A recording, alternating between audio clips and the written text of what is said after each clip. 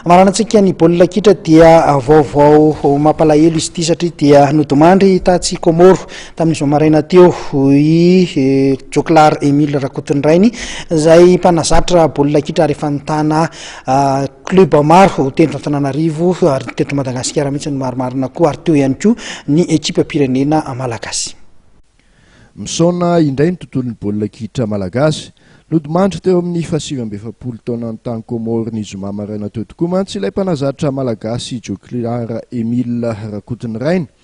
Ankoatra ny ekipa pirenena zandrana ny Bary U20 sy U17 dia ekipa maro nefa nizaray Maître Rajokla amin'ny fahaiza-manaony.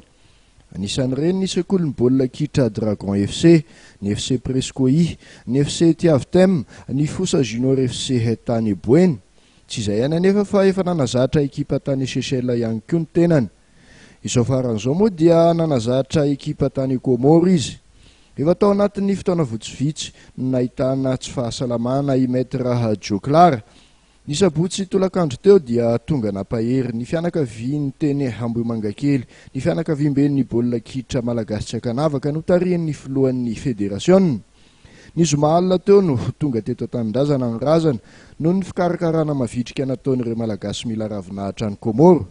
Fa ny tena mampalahelo tamin'ity fahalasan'ny Maître Rajokla ity dia ny fahafatesana tapaka nahazo ny anabaviny raha nandray izany vaovao ratsy izany.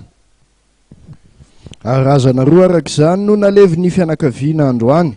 Ekipan'ny mahery sy ny mpikirakira fanatanjahantena eto amin'ny Matv dia mirary finonana feno ho an'ny fianakaviany.